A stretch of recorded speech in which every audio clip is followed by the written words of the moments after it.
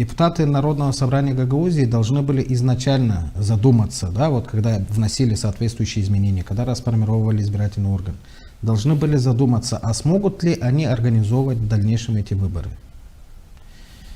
Получится так, что опять будут вопросы, что вот Кишинев, да, украл полномочия и тому подобное.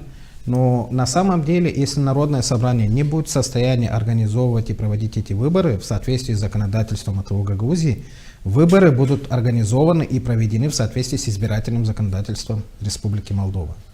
И тогда, конечно же, будут вопросы, связанные с противоречием, потому что тот же самый закон об особо-правовом статусе АТО, закон Республики Молдова об особо-правовом статусе Гагаузии, отдает приоритет Народному собранию в части организации и проведения тех же самых выборов.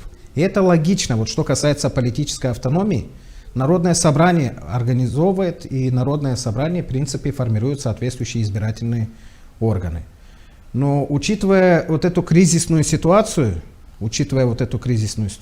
которая создалась руками тех же самых депутатов Народного собрания Гагаузии, я не исключаю, что будут попытки того же самого Кишинева урегулировать эти вопросы.